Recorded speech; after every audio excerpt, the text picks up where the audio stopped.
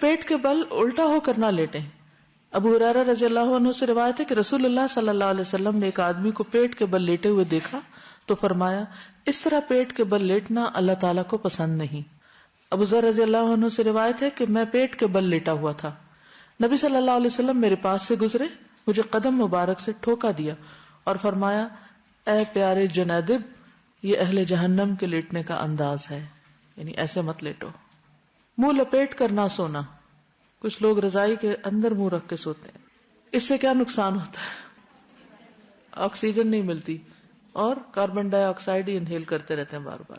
اب ساری رات اگر یہی کام کریں گے تو صبح فریش کیسے اٹھیں گے؟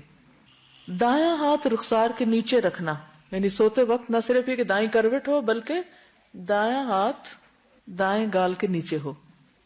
سیدنا حذیفہ نے فرمایا کہ رسول اللہ صلی اللہ علیہ وسلم جب رات کو بستر پر لیٹتے تو اپنا ہاتھ رخسار کے نیچے رکھتے تھے.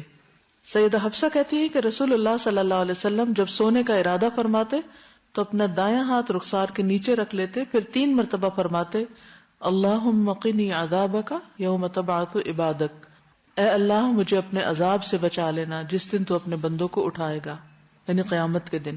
تجربات سے یہ بات پتہ چلتی ہے کہ دائیں ہتھیلی اور رخسار کے ملنے سے، یعنی دائیں ہتھیلی اور رخسار یعنی 2 جگہوں کے ملنے سے دماغ کا دایاں حصہ متحرک ہو جاتا ہے. اس طرح دوران خون تحریک کا سلسلہ شروع ہو جاتا ہے، یعنی سرکولیشن بہتر ہوتی ہے. اس عمل کے دوران زائد اور مضر چربی LDL وہ زائل ہو جاتی ہے، جس سے اعصاب پرسکون ہوتے ہیں اور نیند بھی پرسکون ہوتی. تو ہر چیز میں ایک حکمت ہے، لیکن ہم اس سے بڑھ کر سنت کی پیروی کریں گے.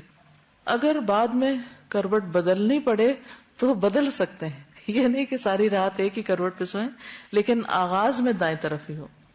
رسول اللہ صلی اللہ علیہ وسلم نے برا بن عازب کو نصیحت کی جب تم سونے کے لیے اپنے بستر پر آؤ تو نماز جیسا وضو کرو اور اپنے دائیں پہلو پر لیٹ جاؤ.